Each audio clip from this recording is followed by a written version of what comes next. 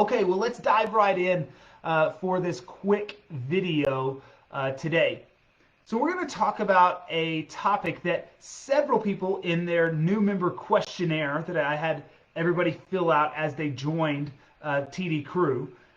One of the things that consistently came up was, how do I deal with conflict or tough conversations? And it fleshed out in a few different situations, and it wasn't exactly as clean as that, but essentially several people had this same question, and I think it's a challenge. Okay, so there's nothing that we can say, right, that's going to take away the difficulty of tough conversations. I mean, there's several books that have been written, so there is no magic potion, there is no magic pill that you can take. These are just conversations that most of us don't like having.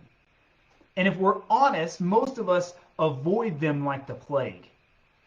The problem with that is we know that it leads to bad things down the road. There's a reason that we know we need to have these conversations. We just don't like having them. So, what do we do? Are there some tactics? Are there some things that we can do that actually make these conversations a little easier, or at least easy enough for us to have them? Maybe they'll still be difficult. And more importantly, are there ways that we can have these conversations that they're effective? Because I think long term, for most of us, we'll only be able to have these conversations if we see the fruit of having them. So one great resource that I have found kind of on this topic is a video that I shared in this group a few days ago from Brene Brown talking about boundaries. One of the statements that she makes, she says, some of the most compassionate people I know are also the most boundaried. I found that to be really helpful as you're thinking through how to have these tough conversations, how to have these conversations. The first thing that I think boundaries allow you to do is they allow you to be very clear.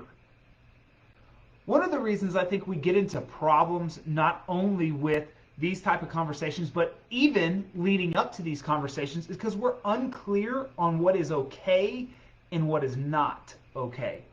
So if we have a staff member that starts behaving in inappropriate ways, so the first thing I think you have to be very clear on what is okay and what is not okay. What are the things that really bother you and are really valuable to you and you want to see happen? With that being clear, I think we also have to not hide our resentment or any feelings of anger and fear or frustration. One of the things that I see sometimes in these conversations, in myself especially, is I'm vague.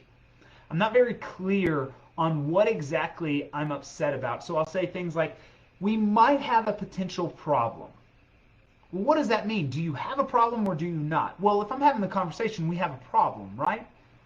But it's much more clear to someone to say, hey, we have a problem with you speaking to people in this manner.